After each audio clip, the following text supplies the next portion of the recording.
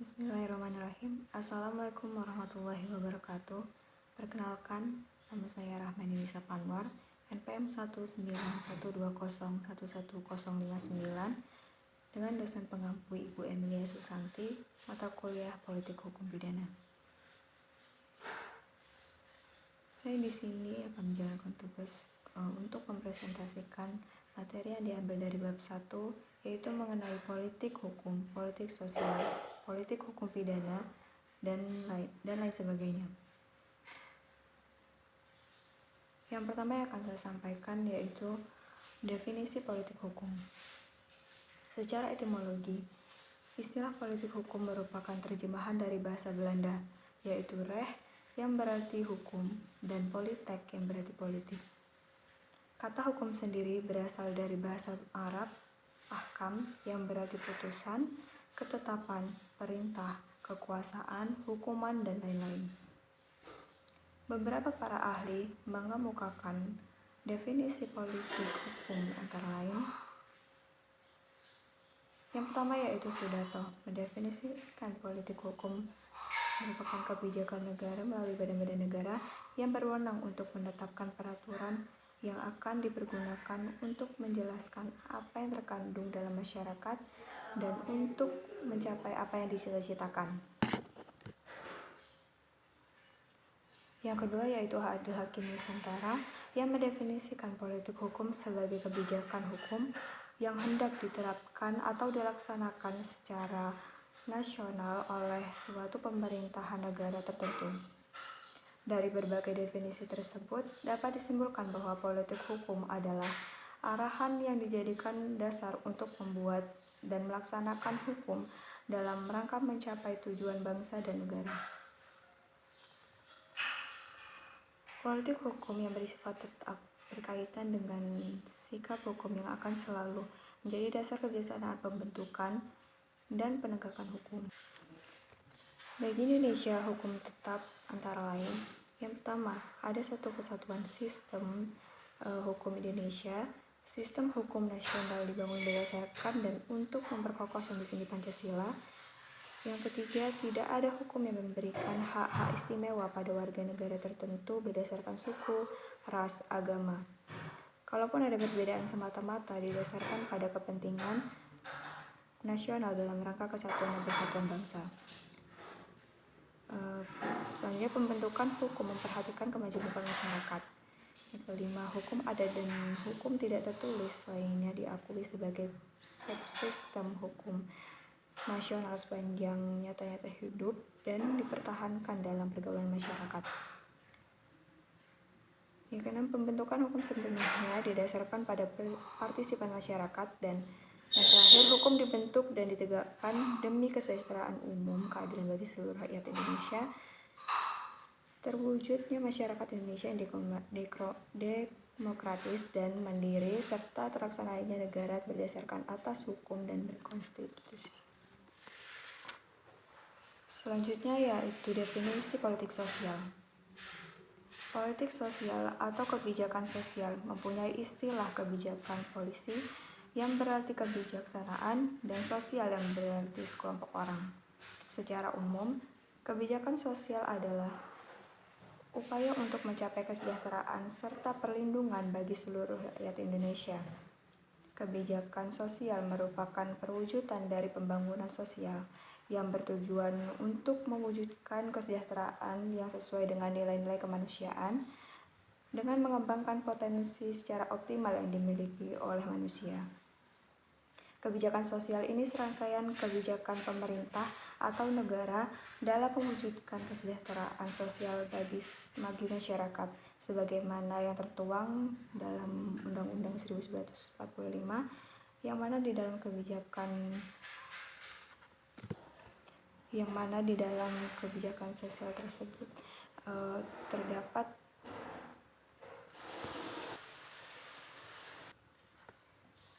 mengandung kebijakan kriminal sebagai bagian yang tidak bisa dipisahkan dari perlindungan masyarakat.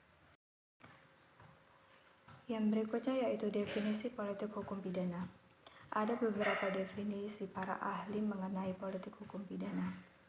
Yang pertama yaitu menurut Marx Ansel, yang mendefinisikan bahwa politik hukum pidana atau penal polisi adalah suatu ilmu sekaligus seni yang pada akhirnya mempunyai tujuan praktis untuk memungkinkan peraturan hukum positif dirumuskan secara lebih baik dan untuk memberi pedoman tidak hanya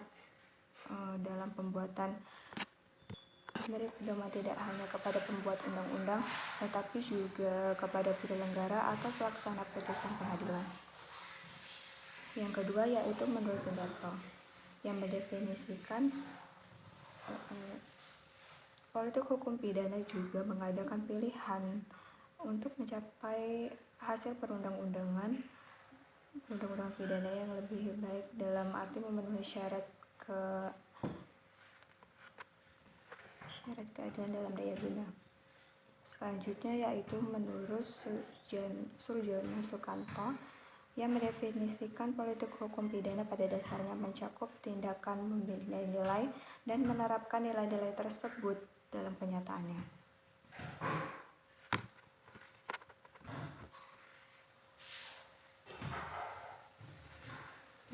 Berdasarkan beberapa definisi para ahli tersebut, maka dapat disimpulkan bahwa politik hukum pidana adalah suatu kebijakan yang merespon perkembangan pemikiran masyarakat untuk menanggulangi kejahatan. Usaha tersebut meliputi aktivitas dari pembentuk undang-undang, aktivitas penegak hukum, dan aparat yang terkait dengan pemidanaan. Menurut Bardanawawi Arif, upaya pembaharuan hukum pidana merupakan kebijakan yang tidak dipisahkan dalam kebijakan hukum pidana, kebijakan sosial dan kebijakan kriminal. Bardanawawi Arif mengatakan bahwa pembaharuan hukum pidana pada hakikatnya adalah yang pertama yang merupakan bagian dari kebijakan upaya rasional untuk memperbaharui substansi hukum dalam rangka lebih mengefektifkan penegakan hukum. Yang kedua merupakan bagian dari kebijakan upaya rasional untuk memberantas menanggulangi kejahatan dan dalam rangka perlindungan masyarakat.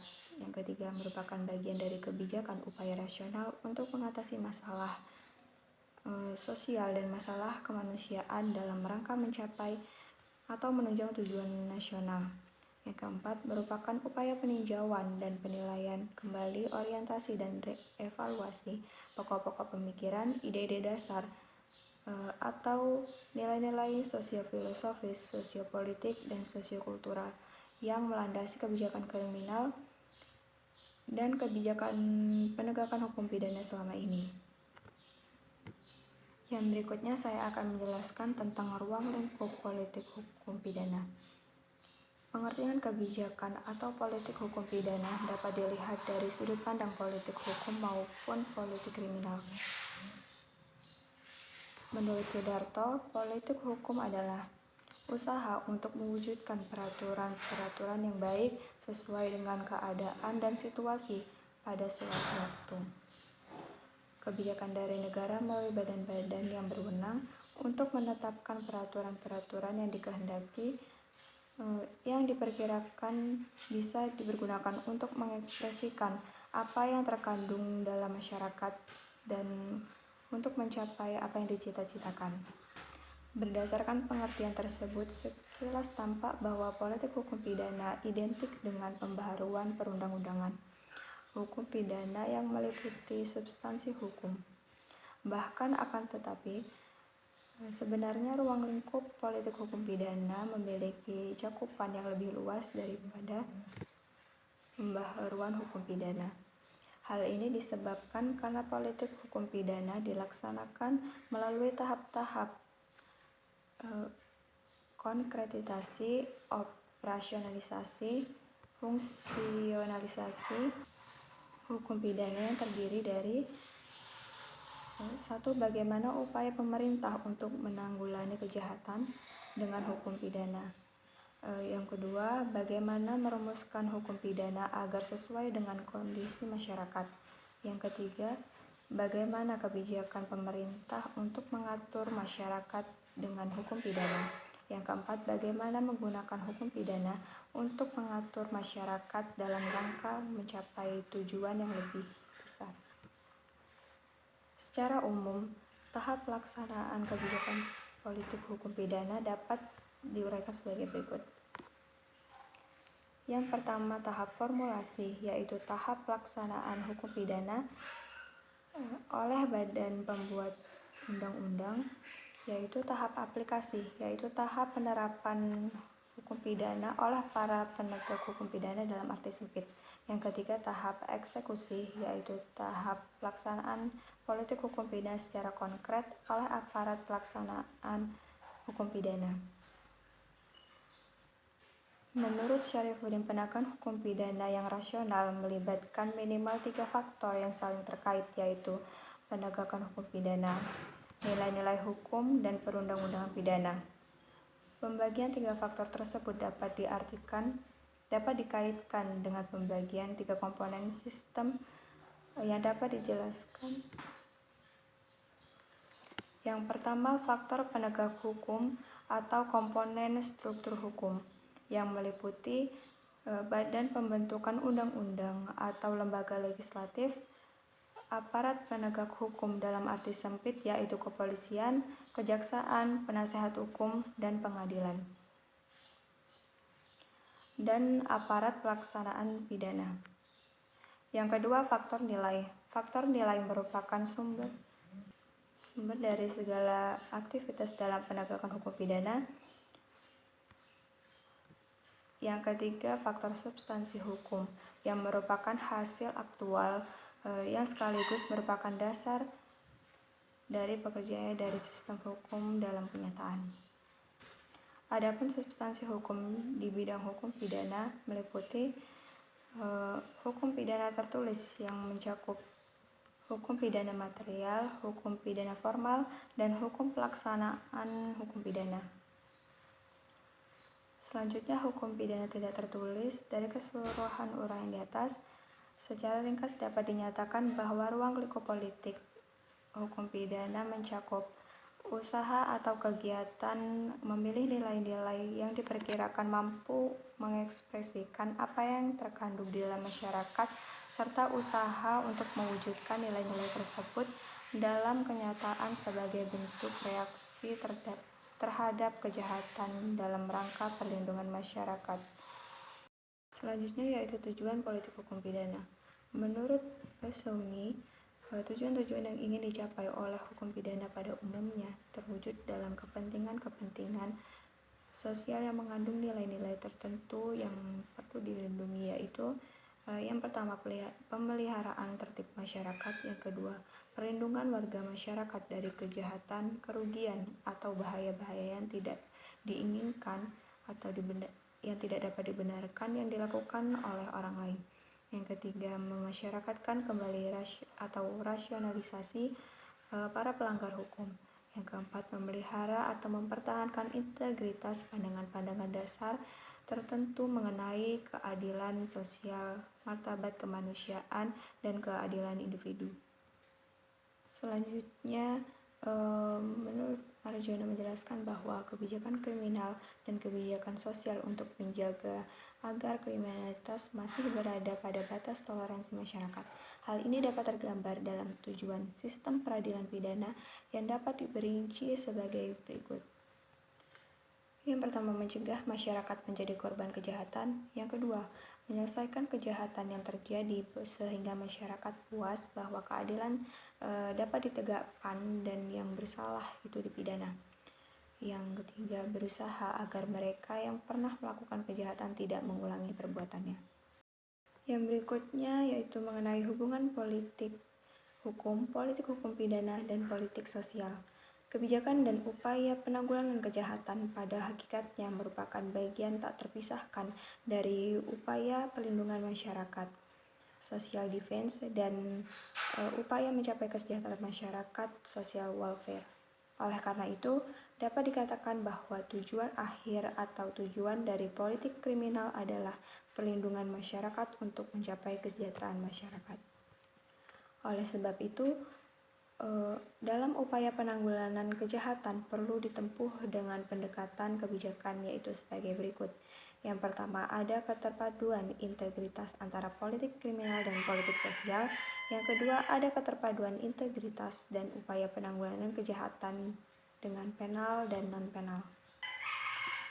Mark Ansel berpendapat bahwa kebijakan penegakan hukum harus meliputi semua bidang hukum yang berkaitan dengan kehidupan masyarakat, baik secara yang bersifat publik atau privat.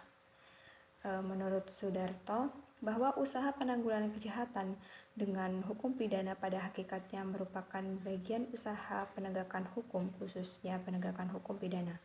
Oleh karena itu, dikatakan bahwa politik atau kebijakan hukum pidana merupakan bagian pula dari kebijakan penegakan hukum. Di samping itu, usaha penanggulangan kejahatan lewat pembuatan undang-undang hukum pidana pada hakikatnya juga merupakan bagian integral dari usaha perlindungan masyarakat, social welfare, dan kebijakan atau politik sosial, social policy. Makna dan hakikat pembaruan hukum dilihat dari sudut pendekatan kebijakan menurut Bardanawawi Arif adalah: 1. Sebagai bagian dari kebijakan sosial, pembaharuan hukum pidana dan pada hakikatnya merupakan bagian dari upaya untuk menguasai masalah-masalah sosial dalam mencapai atau menunjang tujuan nasional. Yang kedua, sebagai bagian dari kriminal, pembaharuan hukum pidana pada hakikatnya merupakan bagian dari upaya perlindungan masyarakat. Yang ketiga, sebagai bagian dari kebijakan penegakan hukum, pembaharuan hukum pidana pada hakikatnya merupakan bagian dari upaya membaharui substansi hukum dalam rangka lebih mengefektifkan hukum. Yang selanjutnya yaitu politik hukum pidana yang rasional. Menurut J.P. Hovnanius menyatakan bahwa suatu politik kriminal haruslah rasional. Kalau tidak demikian, tidak sesuai dengan definisinya sebagai a rationale of the response to crime. Hal ini sangat penting karena adanya konsepsi mengenai suatu kejahatan dan kekuasaan atau proses untuk melakukan kriminalisasi seiring ditetapkan secara emosional. Basyoni menyatakan bahwa disiplin hukum pidana bukan hanya paradigma tetapi juga suatu disiplin yang berdasarkan dan berorientasi pada niat. Ketika melakukan kebijakan hukum pidana, diperlukan pendekatan yang berorientasi pada kebijakan policy oriental approach yang lebih bersifat pragmatis dan rasional. Karena karakteristik dari suatu politik kriminal yang rasional adalah melalui penerapan metode-metode yang rasional, hal ini merupakan konsekuensi logis dalam melaksanakan politik kriminal, yaitu mengadakan penilaian dan melakukan pemilihan dari sekian banyak alternatif yang ada. Penolakan penggunaan hukum sebagai sarana untuk memperbarui masyarakat dengan alasan karena pengaruh memperlakukan hukum di tengah masyarakat tidak dapat diukur dengan sempurna. Hal ini bertentangan dengan kenyataan yang ada di setiap negara saat ini. Karena sebagian besar produk hukum di perundang-undangan di dalam suatu negara selalu bermaksud untuk melakukan perubahan-perubahan sosial. Pembaharuan hukum pidana Indonesia didasarkan pada alasan-alasan sebagai berikut. Yang pertama yaitu KUHP dipandang tidak lagi sesuai dengan dinamika perkembangan hukum pidana nasional Indonesia. Yang kedua, perkembangan hukum pidana di luar KUHP, baik berupa hukum pidana khusus maupun hukum pidana administrasi, telah menggeser keberadaan sistem hukum pidana dalam KUHP. Keadaan ini telah mengakibatkan terbentuknya lebih dari satu sistem hukum pidana yang berlaku dalam sistem hukum pidana nasional. Yang ketiga, dalam beberapa hal telah juga terjadi duplikasi norma hukum pidana antara norma hukum pidana dalam KUHP dengan norma hukum pidana dalam undang-undang di luar KUHP.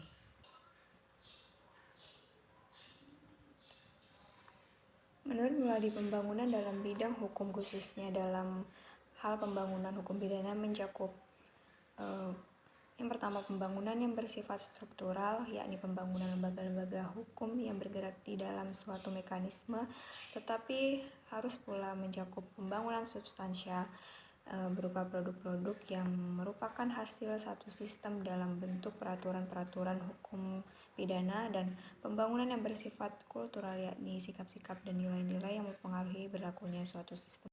Baik, itu tadi adalah materi yang saya sampaikan mengenai bab 1. Selanjutnya saya akan memberikan satu contoh kasus yang akan saya kemukakan. Kasus ini terjadi pada tanggal 2 Agustus 2009. Seorang nenek yang bernama Nenek Minah memetik 3 buah kakao, yang mana kakao tersebut dipetik untuk disemai sebagai bibit ke tanah garapannya. Namun perbuatannya diketahui mandor perusahaan. Buntut 3 petik buah kakao yang jika dirupiahkan hanya senilai Rp30.000, polisi tetap memproses Nenek Minah sebagai pencuri sampai pada akhirnya duduk sebagai terdakwa, kemudian divonis 1 bulan 15 hari dengan masa percobaan selama 3 bulan oleh Pengadilan Purwokerto. Andai pelapor tersebut memiliki hati nurani, dan andai kepolisian menerapkan keadilan restoratif justice, yang mana keadilan restoratif justice ini adalah sebuah pendekatan yang ingin mengurangi kejahatan, maka kasus ini bisa diselesaikan secara mediasi atau kekeluargaan, tidak akan sampai ke meja pengadilan, dan tidak akan lagi kasus seperti Nenek Minah di negeri ini. Namun, fakta berbicara lain. Kepastian hukum selalu meniadakan keadilan hukum. Padahal tujuan hukum adalah memberikan keadilan kepada setiap orang. Namun pada prakteknya, hal ini sudah tidak terjadi lagi di Indonesia. Hukum Indonesia belum mampu memberikan keadilan kepada masyarakat yang tertindas. Tidak perlu menutup mata karena kenyataan itu sudah ada di depan mata kita. Aparat negeri ini terkesan lebih suka menjepit rakyat kecil yang sudah biasa menjerit karena ketidakadilan di negeri ini.